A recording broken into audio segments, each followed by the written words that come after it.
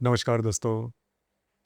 धनु राशि का स्वामी गुरु का राशि परिवर्तन होने जा रहा है अष्टम भाव में। अब यह अष्टमस्थ जो गुरु होता है वो अशुभ फलदायी होता है, लेकिन बाकी के जो भी ग्रह है वो आपके फेवर में है या फिर आपके लिए शुभ फलदायी है। तो अक्टूबर का जो महीना है वो संपूर्ण महीना आपके लिए किस प्रकार का होगा? आपके जीवन का ऐसा कौन सा क्षेत्र है जो कि सबसे ज्यादा प्रभावित होने वाला है? सभी के बारे में डिटेल में चर्चा इस वीडियो में हम करने वाले हैं। तो सबसे पहले हम चर्चा करेंगे कि आपका जो स्वास्थ्य है, मानसिक या फिर शारीरिक, वह किस प्रकार का होगा। जैसे कि आपके राशि का जो स्वामी है गुरु, यह जो कि आपके सप्तम भाव में भ्रमण कर रहा था, दिनांक 19 अक्टूबर के बाद यह आपके अष्टम भाव में भ्रमण करेगा। उसी प्रकार राशि का जो षष्ठेश है शुक्र, जो कि आपके भाग्य भाव में भ्रमण कर रहा है, दिनांक 10 तारीख के बाद ये जो शुक्र है, ये शुक्र आपके दशम भाव में भ्रमण करेगा। कुल मिला के देखा जाए या फिर मोटे तौर पर अगर देखा जाए तो ये जो महीना है इसमें आप बिल्कुल भी चिंता ना करें। जो बात मैंने शुरुआत में कही कि अष्टमस्थ जो गुरु होता है वो अशुभ फलदायी होता है, लेकिन ये जो गुरु आपके अष्टम भाव में भ्रमण करेगा वो करीब 1.5 से 2 महीने तक ही रहेगा।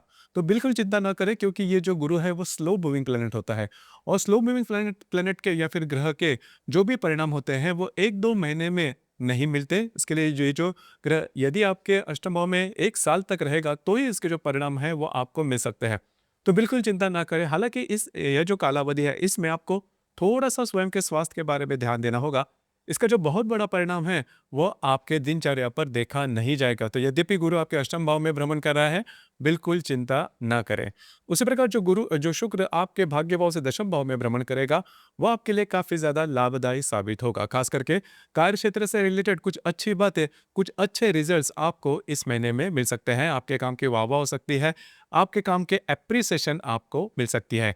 जहाँ पर आप काम करते हो वहाँ पर का जो वातावरण होगा वो भी काफ़ी अच्छा देखा जाएगा। इसके बाद हम चर्चा करेंगे कि आपका जो आर्थिक स्तर है वो किस प्रकार का होगा। जैसे कि आपके राशि का जो धनेश है शनि, जो कि आपके चतुर्थ भाव में भ्रमण कर रहा है, हालांकि वो वक्री है।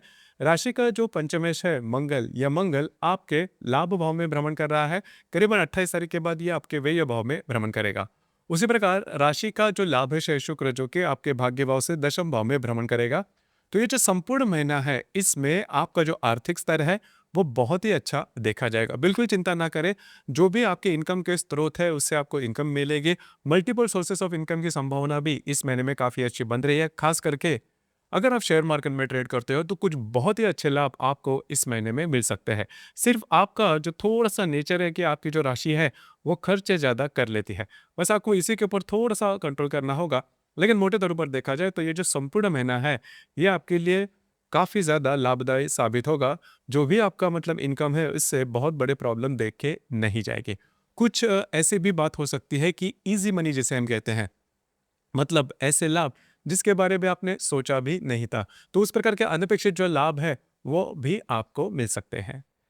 इसके बाद हम चर्चा करेंगे ग्रोथ के या फिर फैमिली हैप्पीनेस के बारे में। जैसे कि आपके राशि का जो चतुर्थेश है गुरु, यह आपके सप्तम भाव से अष्टम भाव में भ्रमण करेगा, और राशि के चतुर्थ भाव में जो शनि है वह भ्रमण कर रहा है, हालांकि वह वक्री हो चुका है। सिर्फ यहाँ पर आपको थोड़ा सा ध्यान देना होगा। घर के जो बड़े बुजुर्ग रहेंगे उनके स्वास्थ्य के बारे में जो समस्याएं हैं वो थोड़ी ज़्यादा बढ़ सकती है। आपको इसी बात पर थोड़ा सा ध्यान देना होगा। और आने वाले करीबन 2 से ढाई महीने तक अगर आप नया घर लेना चाहते हो, वास्तु से रिलेटेड किसी भी प्रकार का काम करना चाहते हो, तो थोड़ा सा वो अवॉइड करें, टालना होगा। क्योंकि जैसा आप चाहते हो उस प्रकार से बातें होना थोड़ा सा कठिन हो सकता है। इसके बाद हम चर्चा करेंगे रिलेशनशिप के मामले में या फिर लव लाइफ के बारे में। आपके राशि का जो पंचमेश है मंगल, जो कि आपके लाभ भाव में भ्रमण कर रहा है। तो कुल मिला के देखा जाए तो अगर आप किसी की रिलेशनशिप में हैं, वहां पर छोटी मोटी बातों को लेकर तकरार हो सकती है। यह तकरार ज्यादा नहीं बढ़ेगी, लेकिन आपको इन चीजों पर थोड़ा सा ध्यान देना होगा, क्योंकि जो बातें हैं वो धीरे धीरे आगे ज्यादा बढ़ती भी है। बस यही बात है। उसी प्रकार जो गर्भवती महिलाएं हैं उनके लिए ये जो महीना है वो अच्छा साबित होगा। उसी प्रकार जो विद्यार्थी वर्ग है उनके लिए भी ये जो संपूर्ण महीना है यह शुभ फलदायी साबित होगा। वैवाहिक जीवन के मामले में अगर कहा जाए तो आपके राशि का जो सप्तमेश है बुध, जो कि आपके दशम, लाभ और व्यय भाव में भ्रमण करेगा, और राशि के सप्तम भाव में भ्रमण कर रहा जो गुरु है वो 19 तारीख के बाद आपके अष्टम भाव में भ्रमण करेगा। तो खास करके अगर आप विवाहित हो तो आपके जो वैवाहिक जोड़ीदार है उनके साथ जो इंटरेक्शन है वो बहुत ही अच्छी देखी जाएगी। बिल्कुल चिंता ना करें, यद्यपि गुरु आपके अष्टम भाव में भ्रमण कर रहेगा, लेकिन इसका बहुत बड़ा परिणाम इस महीने में देखा नहीं जाएगा। सिर्फ यही बात है कि आपके जो वैवाहिक जोड़ीदार है उनके स्वास्थ्य के बारे में थोड़ा ध्यान देना होगा, लेकिन इस महीने में उससे रिलेटेड किसी भी प्रकार की दिक्कतों का सामना करना नहीं पड़ेगा, जो कि काफ़ी अच्छी बात है। कुल मिला के देखा जाए तो आप में और आपके जो वैवाहिक जोड़ीदार है उनमें जो हार्मनी है वो अच्छी देखी जाएगी। उसी प्रकार जो करियर है, कार्यक्षेत्र है, उसके बारे में अगर कहा जाए तो राशि का जो कर्मेश दशमेश जो बुध है, वो आपके दशम लाभ और व्यय स्थान में भ्रमण करेगा। वहीं पर रवि भी विराजमान है।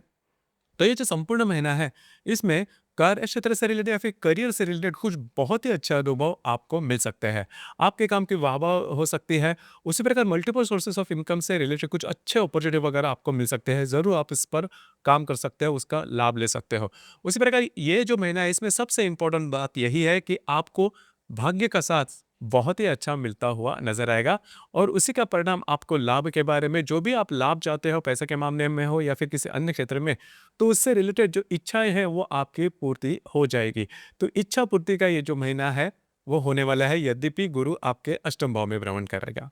इसके बाद हम चर्चा करेंगे कि जो ग्रह योग है, इसके जो प्रभाव परिणाम है वो आपके राशि पर किस प्रकार के होंगे।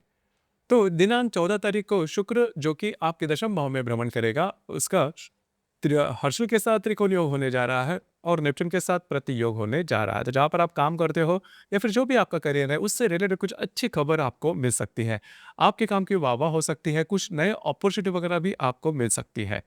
उसी प्रकार दिनांक 20 तारीख को बुध और मंगल की जो युति है, ये युति आपके लाभ भाव में होने वाली है। तो यहाँ पर सिर्फ आपको यही देखना है कि फाइनेंस से रिलेटेड किसी भी प्रकार के महत्वपूर्ण निर्णय नहीं लेना। जैसे कि खर्चे हो या इन्वेस्टमेंट, उस पर आपको थोड़ा-सा ध्यान देना होगा, आपके जो अंदाज़ है वो चूक सकते हैं। इसी प्रकार दिनांक 24 तारीख को बुध और गुरु का त्रिकोण योग होने जा रहा है।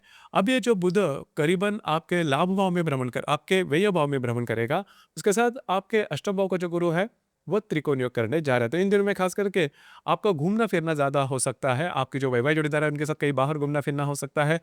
जो बात मैंने शुरुआत में की कि अनपेक्षित लाभ इन दिनों में मिलने की संभावना काफ़ी अच्छी बन रही है। इसी प्रकार बुध और शनि का भी त्रिकोण योग होने जा रहा है। बुध जो कि आपके व्यय भाव में भ्रमण करेगा और जो शनि आपके चतुर्थ भाव में भ्रमण कर रहा है, दोनों का जो त्रिकोण योग है वो काफी महत्वपूर्ण साबित होगा। खास करके आपके जो वैवाहिक जो आपके घर के जो लोग हैं, उनके साथ कहीं बाहर घूमना फिरना हो सकता है। वास्तु से रिलेटेड कुछ महत्वपूर्ण काम भी आपके बनते हुए नजर आएंगे। घर का जो माहौल है वो भी काफी अच्छा देखा जाएगा। इसी प्रकार दिनांक 29 तारीख को बुध का नेपच्यून के साथ त्रिकोण योग और हर्षल के साथ प्रतियोग होने जा रहा है। बुध जो कि आपके व्यय भाव में भ्रमण करेगा, उसके साथ आपके चतुर्थ भाव का नेपच्यून त्रिकोण योग करेगा और आपके षष्ठ भाव का जो हर्षल है वो प्रतियोग करने जा रहा है। तो इन दिनों में किसी भी प्रकार के महत्वपूर्ण निर्णय नहीं लेना। आपके जो वैवाहिक जोड़ीदार है उनके साथ जो बातें हैं वो थोड़ी बहुत एक्सट्रीम तक जा सकते हैं, वाद विवाद ज्यादा हो सकते हैं। इन दिनों में कमिटमेंट प्रोमिसेस या फिर डॉक्यूमेंटेशन से रिलेटेड किसी भी प्रकार के काम से दूर रहना होगा। खास करके आपका जो करियर है उससे रिलेटेड अगर कोई भी काम है तो वो इन दिनों में नहीं करना। ये जो पर्टिकुलर एस्पेक्ट योग है वो होने वाला है दिनांक 29 तारीख को। इस महीने की जो पूर्णिमा है वो 7 तारीख को कोजागिरी पूर्णिमा जिसे हम कहते हैं। और जो अमावस्या है वो 21 तारीख को है। लक्ष्मी पूजन का इसे दिन कहा जाता है। हालांकि ये जो दो दिन है, इस ये दोनों भी दिन शुभ फलदायी है, लेकिन पूर्णिमा या फिर अमावस्या जो है वो अपना जो इफेक्ट, अपने जो परिणाम है वो देता ही है। तो खास करके इस महीने के 7 और 21 तारीख को किसी भी प्रकार के महत्वपूर्ण निर्णय से दूर रहना होगा। विवादों से भी दूर रहना आवश्यक होगा। तो दोस्तों, ये था धनु राशि का अक्टूबर 2025 का संपूर्ण राशिफल। धन्यवाद।